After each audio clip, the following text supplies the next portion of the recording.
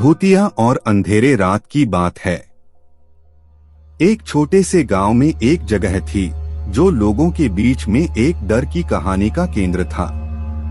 गांव के पास एक पुरानी हवेली खड़ी थी जिसे भूतिया हवेली कहा जाता था। वहां कुछ लोग कहते थे कि रात्रि को वहां अजीब अजीब आवाजें आती थीं और कुछ लोग कहते थे कि उसी जगह पर भूत रहता है। इस भूतिया हवेली की कहानी सुनकर गांव वाले वहां रात में कभी नहीं जाते थे और उन्होंने वहां की सच्चाई को एक अफसोसनाक भूल दिया था। गांव में एक युवक था, नाम था अर्जुन, जो इसे सुनकर भी उत्साहित था। उसने निर्णय किया कि वह अपने दोस्तों के साथ भूतिया हवेली की तलाश में रात्रि का सफर करेगा। रात का समय आया और अर्जुन अपने दोस्तों के साथ भूतिया हवेली की ओर बढ़ा। हवेली अंधकार से घिरी हुई थी और उसका माहौल विचित्र था। लगता था कि कुछ अजीब सी आवाजें आ रही थीं। वे अगले कदमों की ओर बढ़ते हुए अचानक कुछ महसूस करते हैं, जैसे कि कोई उनके साथ है, पर कुछ दिखाई नहीं दे रहा था। हवेली के दरवाजे तेजी से खुले और अर्जुन अपने दोस्तों के साथ अंदर गया। हवेली का अंदर हवा ठंडी थी और यहाँ भूतिया आवाजें नहीं आ रही थीं। लेकिन जैसे ही वे हवेली के अंदर आ गए, वे चौंक गए। वहाँ कुछ अजीब सी मूर्तियाँ थीं और हर मूर्ति के आसपास आवाजें गूंजती जा रही थीं।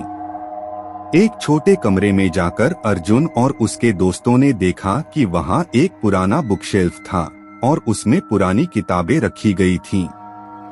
वे कुछ किताबों को बाहर निकालकर देखने लगे और एक किताब में एक अजीब सी खोज मिली।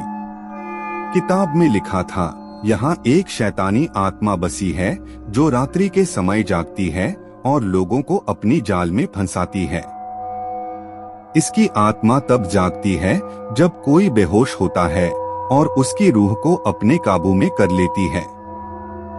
अर्जुन और उसके दोस्त इसे ध्यान से पढ़ रहे थे और तभी वे अचानक अपने आसपास बदले हुए दिखाई देने वाले छायाओं को महसूस करने लगे। हवेली के अंदर की वातावरण में कुछ बदल गया था और यह अब और भी भूतिया लग रहा था। एक दीवार पर लटकी एक पुरानी तस्वीर में एक औरत की मूर्ति थी। वह मूर्ति अब जिस तरह से मुस्कुरा रही थी, वह अर्जुन और उसके दोस्तों को डरा देने वाला था। धीरे धीरे आवाज बढ़ने लगी और वे महसूस करने लगे कि कोई उनकी ओर बढ़ रहा है। एक ही द्वार के पास एक औरत खड़ी थी जो उन्हें देख रही थी और मुस्कुरा रही थी। औरत ने उनसे कहा, तुम यहाँ कैसे आए हो? तुम्हें यहाँ होना मना है। अर्जुन ने उत्तर दिया, हम यहाँ केवल जांच कर रहे हैं, हम तुम्हें कोई कष्ट नहीं पहुँचाएंगे। औरत मुस्कुराई और बोली, तुम्हें यहाँ रहने की इजाजत है, लेकिन एक शर्त पर। उसने उन्हें एक पुराने कागज पर लिखी हुई एक मंत्र की जरूरत है और उसे हवेली के बाहर के मंदिर में बजाने की कही। अर्जुन और उसके दोस्तों ने मंत्र को लिखा और वहां के मंदिर में बजा दिया। औरत ने मुस्कुराते हुए कहा, अब मैं शांति से सो सकती हूँ, धन्यवाद। वह औरत गांव वालों के बीच में अब सजीव रह गई और उसकी कहानी गांव के लोगों में गूंथी गई।